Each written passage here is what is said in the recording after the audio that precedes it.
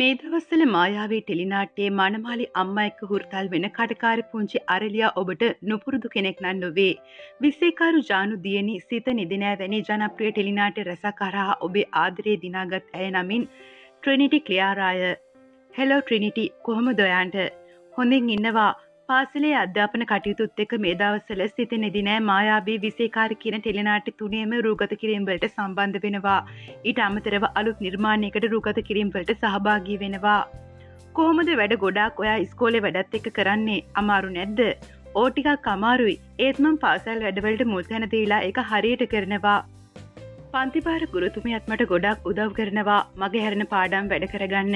මම ඉගෙන ගන්නේ පොලිමාර්ට් ජාත්‍යන්තර පාසලේ 3 ශ්‍රේණියේ 12 මාරට ඉස්කෝලේ ඇරෙනවා. රූගත කිරීම වලට යන්නේ ඊට පස්සේ. මට මගේ හැරෙන පාඩම් කවර් කරන්න මට තව ගුරුතුමියක් ගෙදරට එනවා.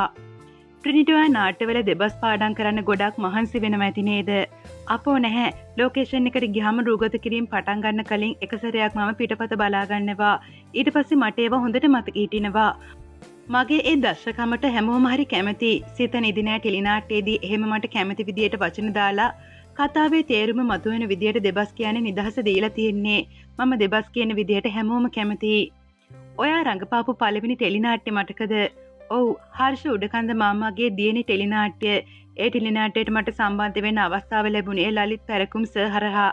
ඔහු තමයි මගේ නර්තන ගුරුවරයා. එතකොට මට වයස අවුරුදු 5යි. සර් තමා මගේ දක්ෂකම මුලින්ම දැක්කේ. එදා සර් මං ගැන කියපු දේවල් අද හැබෑ වෙලා තියෙනවා. ශේෂ්ත්‍රී ප්‍රවීණ නැන්දල මාමලගෙන් ලැබෙන සහයෝගය ගැනත් මතක් කරමු.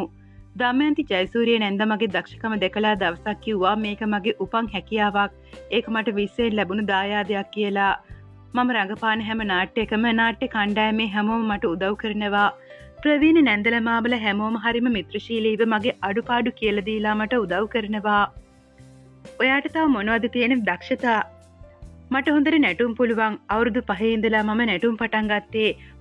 වයස අවුරුදු 8න් 15 තරග කණ්ඩායමක් යටතේ මෑතකදී මම සමස්ත ලංකා පළමු තැන දිනාගත්තා. ඒ වගේම මම ජිම්නාස්ටික් කරනවා. පාසලේ ජිම්නාස්ටික් කණ්ඩායමේ සමාජිකාවක්. මැලේසියාවේ පවත්වපු ජිම්නාස්ටික් තරගාවලියෙන් මට 3 වෙනි ස්ථානය ලැබුණා. ට්‍රිනිටිට වැඩිපුර ප්‍රතිචාර ලැබෙන්නේ මොන චරිතවලටද? මේ දවස්වල නම් විසේකාරී මායාවේ ටෙලිනාට්‍ය දෙකේ මං කරන චරිතවලට හොඳ ප්‍රතිචාර ලැබෙනවා. ඒ වගේම සිත නිදිනෑ නාට්‍යයේ අමේලිගේ චරිතයටත් ගොඩක් අය ආදරෙයි. ඉදිරියට එන්න නියමිත නිර්මාණයක් තියෙනවද? ඔව්, මිහිර සිරිතිලක මාමගේ නිර්මාණයක් ඉස්සරහට විකාශය වෙන්න තියෙනවා. ඒක හරිම ලස්සන වලව් කතාවක්. නුවර තමා රූගත කිරීම කෙරුණේ. ඒ ටෙලිනාට්‍යයේ ප්‍රධාන චරිතයක් මං කරන්නේ. රූගත කිරීම වලදී සිද්ධ වුණ අමතක නොවන සිදුවීම් ගැනත් කියන්නකෝ. අලුපාට දේදුණු ටෙලිනාට්‍යයේ රූගත කිරීමකදී එක සීන් එකකට මට පිටු 3ක දෙබස් කියන්න තිබුණා. මට ඒක දැක්කම කියන්න තියෙන දෙබස් දිග වැඩි නිසා කරන්න බෑ කියලාමයි හිතුනේ. ඉතින් මම ඇඬුවා. මාත් එක්ක රඟපාන්නේ හිටපු උදාරි නැන්දයි අධ්‍යක්ෂක මාමයි සෑහෙන මහන්සි වුණා මේ වැඩේට මාව කැමති කරවගන්න. කැමති ඕනෙම කෑමක් ගන්න කිව්වම මං අයිස්ක්‍රීම් එකක් තෝරගත්තා. මේ වැඩේ හරියට කෙරුවොත් මම ආස තැනකින් කන්න අරන් දෙනවා කියලා කිව්වා. මට හරියට සතුටු හිතුණා ඒක ඇහුවම. ඉතින් මං හා කරමු කියලා ඒ දෙබස් සේරම ටික එක සැරෙන්ම ගත්තා. අදටත් ඒ නාට්‍ය කණ්ඩායමේ හිටපු කෙනෙක් මට හම්බුනොත් ට්‍රිනිටි අපි කන්න යමුද කියලා තමයි අහන්නේ.